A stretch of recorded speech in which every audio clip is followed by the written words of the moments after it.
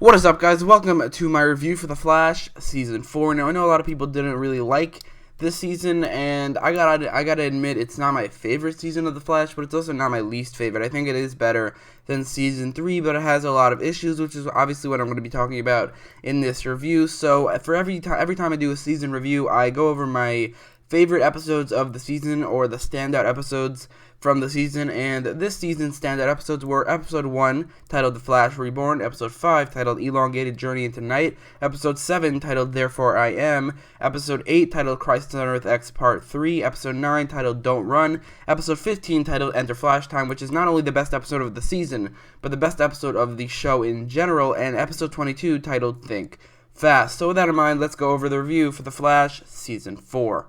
The season started where Season 3 left off, with Barry and the Speed Force and Team Flash trying to get him out, and I thought that the resolution to this cliffhanger from Season 3 wasn't incredible or anything, but that's because the cliffhanger wasn't incredible or anything, so I thought the resolution was fine. It didn't last very long, him and the Speed Force, but the impact it had on the season was very apparent. I mean, it connected to Vo's plan, it created the bus metas, and it gave Barry his newfound optimism for a couple episodes, where it seems to me like the Arrowverse shows in general like to start off with a different tone some seasons, but then they just get back into their real tone throughout the rest of the season. But at the beginning of the season, he had this newfound optimism that I did enjoy, and I did like how they resolved this cliffhanger and how it connected to DeVoe's plan.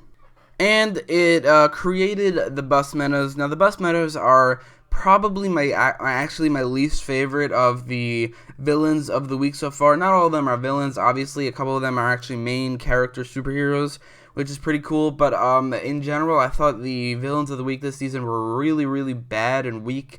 Like in Season 1, it was actually the villains of the week were obviously the best so far, just because they had more villains to work with, more iconic villains, and then Season 2 wasn't bad. Season 3 was, Season 3's main villains of the week were not very good, but this year was especially bad because it connected to the season-long storyline, which on paper sounds pretty cool, but it gave them an excuse to just use the villains of the week for such a long time, I think till episode 20 or 19, so the villains of the week this year, the bus metas, were not the best villains of the week so far. In fact, they're probably the worst. I'm not sure if they were worse than Season 3, but they probably are, except for the only good one of the bus metas, and that is the Elongated Man. So The Flash Season 4 added a new character, and that was the Elongated Man. He was one of the bus metas, like I said, and I did not expect him to be as good as he was. I said this in a previous video, but I expected for a different character to be my favorite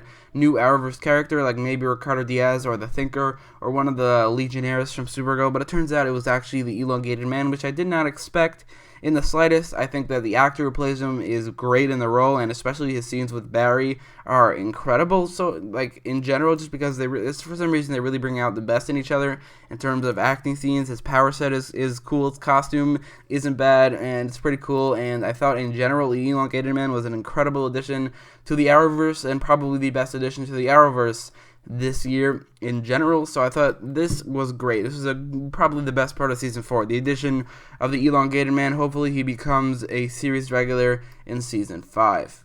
The main villain of this season is Clifford DeVoe, aka the Thinker, but obviously everybody just called him DeVoe most of the time, which was a little annoying for one reason, and that is because Marlee's name is also Marlee's DeVoe. He's Clifford DeVoe, so it was a little weird saying like DeVoe and Marlee's. It was just a little weird, but I thought Neil Sandilands, first of all, did a great job in the role. I thought he was very menacing, and he brought just, I don't know, he was just great in the role. His interactions with Barry, for the most part, were great. Like in Episode 7 and Episode 22, I thought his interactions with Barry were great. I wish we would have seen more of their, like, moral arguments, because it was great, especially in Episode 22. I would love to see more of that, and in general, Neil Sandilands did a great job. He was great in the beginning of the season until Episode 9, and at the end of the season from Episode 18, but that's, or like 8 or 9 episodes that he just wasn't around, which was a huge down point for the season. What I mean is when he kept on switching bodies in between Episode 9 and 18 because he quote-unquote killed himself in Episode 9 in order to frame Barry for murder, and then he switched his body with the Mind Reader God, or I don't even remember his name because he is a bus meta, one of the bus metas. I don't remember most of their names, honestly, But after that, after the trial of the Flash storyline, ever since episode 9 till episode 18, where he took Ralph's body back and used his shape-shifting abilities to look like himself again, he was played by 4 different actors, I think. First it was the Mind Reader guy, and then Hazard, and then the Country Girl, and then the Dimension guy, the Folded Man, but that was only for a couple minutes, so it was really just 3 other actors who played him, and it really, like I said, it was a huge down point for the season, just because other actors could not do justice to what Neil Sandilands did in the first 9 episodes, that ever since episode 9 till episode 18, where Neil Sandilands came back, it was just so bad. I just didn't believe the actor in the role. I didn't believe that Neil Sandilands or DeVoe was in that brain controlling them, just because, first of all, some of them talked differently, they acted slightly differently because they were portrayed by different actors, so it was just so weird, and none of those actors really brought what Neil Sandilands brought, and 2 of them were actresses, which was just so weird, in my opinion, for DeVoe to be played by 2 different women in this season. So that was, and another guy, that was just a really, or 3 other guys really, so that was a huge down point for the season that honestly did not need to last more than like 2 or 3 episodes, because I get why they did that for the Trial of the Flash storyline, but they did not need to do that for more than like 1, 2, or 3 episodes where DeVoe comes back. So that's a huge down point for the season. So, other than the DeVoe switching bodies part of the season, I thought DeVoe was actually a pretty great villain. In my opinion, it's just that's such a huge part of the season that it really detracts from how good a villain he is. For the first 9 episodes, he was this calculating guy who was outsmarting T-Flash at every turn, and that was great. And then after that, he became this god who just had all the best amount of powers, which I feel like they took a weird turn with that, but I think it worked really well in my opinion, just because they had so much interesting things, so many interesting things to do with his powers that honestly it worked most of the time, and he felt pretty menacing and invulnerable. It's a shame they didn't do more with that in the season finale, but I felt like in the episodes leading up to that, they did do a lot with it. So I did like DeVoe having those powers, and I liked him in general. It's just those couple episodes that were not very good, where he was just switching bodies. In the middle of the season, there was the Trial of the Flash storyline, which was adapting the Trial of the Flash storyline from the comics. Not exactly, though, because that storyline involved a Reverse Flash, and it was the Flash on trial, not Barry Allen, so it was a little different, which is good because it was just so much more realistic, because how could a costume superhero be on trial without revealing his identity? It doesn't make sense, but either way, I thought the Trial of the Flash storyline could have lasted more than 1 episode. Like, the trial lasted just 1 episode, and the him being in jail I think lasted 3 episodes, which was great and all, but I think the trial should have lasted a little longer, and the jail thing should have lasted just the same amount of episodes, which would have been great. But I thought the Trial of the Flash storyline in general was actually done actually surprisingly well. A big problem I have with this season in particular is there was a lot of filler episodes and a lot of pointless side plots in the storyline, in the season. I mean, like, there were filler episodes, like a lot of bus meta episodes. Like I said earlier, the bus metas were an excuse to have a lot of filler episodes where the bus metas were the villain, and that was all of it. That was the entire episode, because they can get away with it because it's a part of the season storyline, which I did not like. And there were other pointless side plots, like Caitlin losing her powers, which she still hasn't got them back, which is surprising. But I think until it was revealed that they're retconning her origin story for the show, her losing her powers and desperately trying to get Killer Frost back felt pretty pointless. Harry becoming dumb was not very interesting to watch. Obviously, it made sense and it paid off in the season finale, but it just didn't really. It felt like a pointless side plot for the entirety of when he became dumb until the end of the season. But I think they did that for him to leave. But again, they didn't need to make him leave, because Tom Cavanaugh, the guy who plays him, is still around next season. He's playing a new character. So I don't think they should have done that. And then Breacher offering Cisco his job, which I didn't like that. I didn't like the Breacher / Cisco storyline. That was really bad in my opinion, and there were so many pointless subplots in this season that it really derailed, or not really, but it did derail the season a little bit, where there were a lot of filler episodes, or episodes that had just filler side plots that didn't mean anything.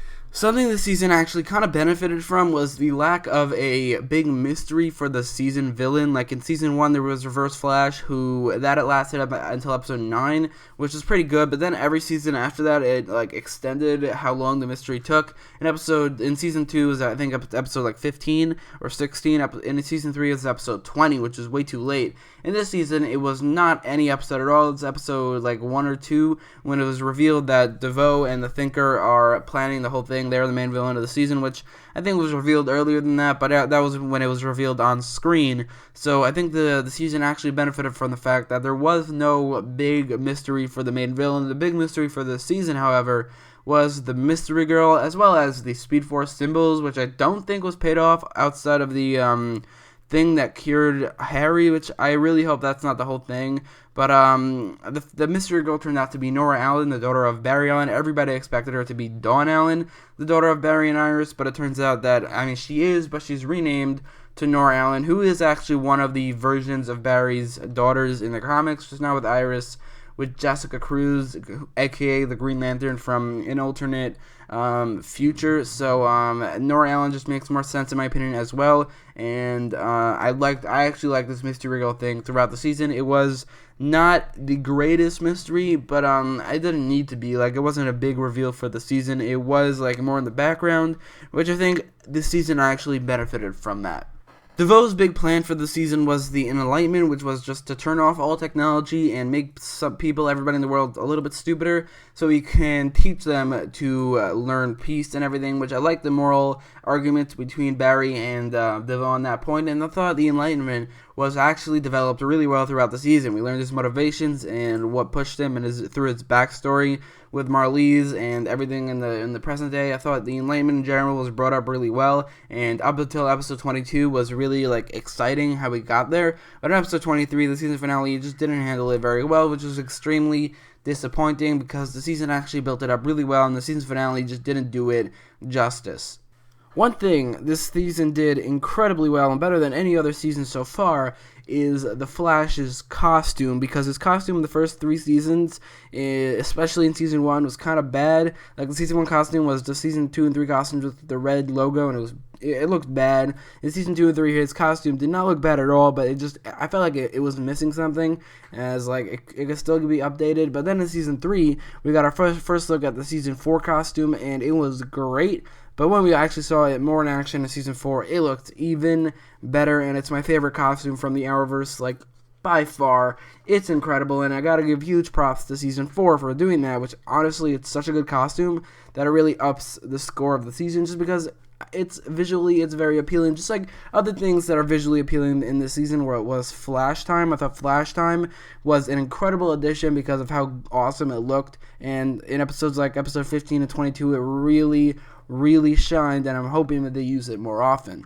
So, at the end of my Arrow Season 6 review, I talked about the sore subject of the season, which was Felicity and Olicity, and now at the end of this review, I want to talk about the sore subject of this season, which was Iris. A lot of people did not like Iris in this season because of things she said, like "We are the Flash," and the fact that she became the main leader of Team Flash, which is something I really did not like. It just did not make any sense, especially with Barry back on the team. It just didn't make any sense for Iris to be the leader of Team Flash. There were a lot of things that people just did not like about Iris this season, and I get where they're coming from, but I honestly didn't hate her, and I don't think I can hate her, just because it would be hypocritical for me to not like Iris and for her to die, and at the same time want Felicity to die, because one of the main villains for that, the reason for that is because she's not Black Canary, and she's not supposed to be with Oliver, so I think it would be pretty hypocritical for me to say that I want Iris to die, so I actually don't hate her, and I get where people are coming from for this season. But and I think her role should be hugely downplayed. She should not be the main hero or the leader of the Team Flash. She should just be the love interest of Barry Allen, and as well as a reporter in the background. That's what her character should be. And I agree with the people saying that she went over, like, her character just became too prevalent in this season. But at the same time, for some reason, like I said, I did not hate her this season just because she's Iris West. She's supposed to be on the Flash, and with Barry Allen in the comics she is, so I think that's a huge part to why I did not hate Iris, but I do get where people are coming from where they do. Ever since the beginning of October 2017 and the release of The Flash Season 4 Episode 1. I have reviewed every single episode of the season and gave each of them a rating, and like I did for the Arrow Season 6 review and the Legends of Tomorrow Season 3 review, I took all the episodes and brought the average score for the season, which doesn't really indicate the score of the season in general, but I think this score is pretty fitting, and the season average of Season 4 of The Flash was 8.62, and the score for The Flash that I'm giving for The Flash Season 4 is an 8.6 out of 10. So let me know what you think about the season and what would the score you give it out of 10, and let me know your favorite episodes from the season in the comments down below, and don't forget to like, share, and subscribe, and follow me on Twitter, link is in the description, and thanks for watching.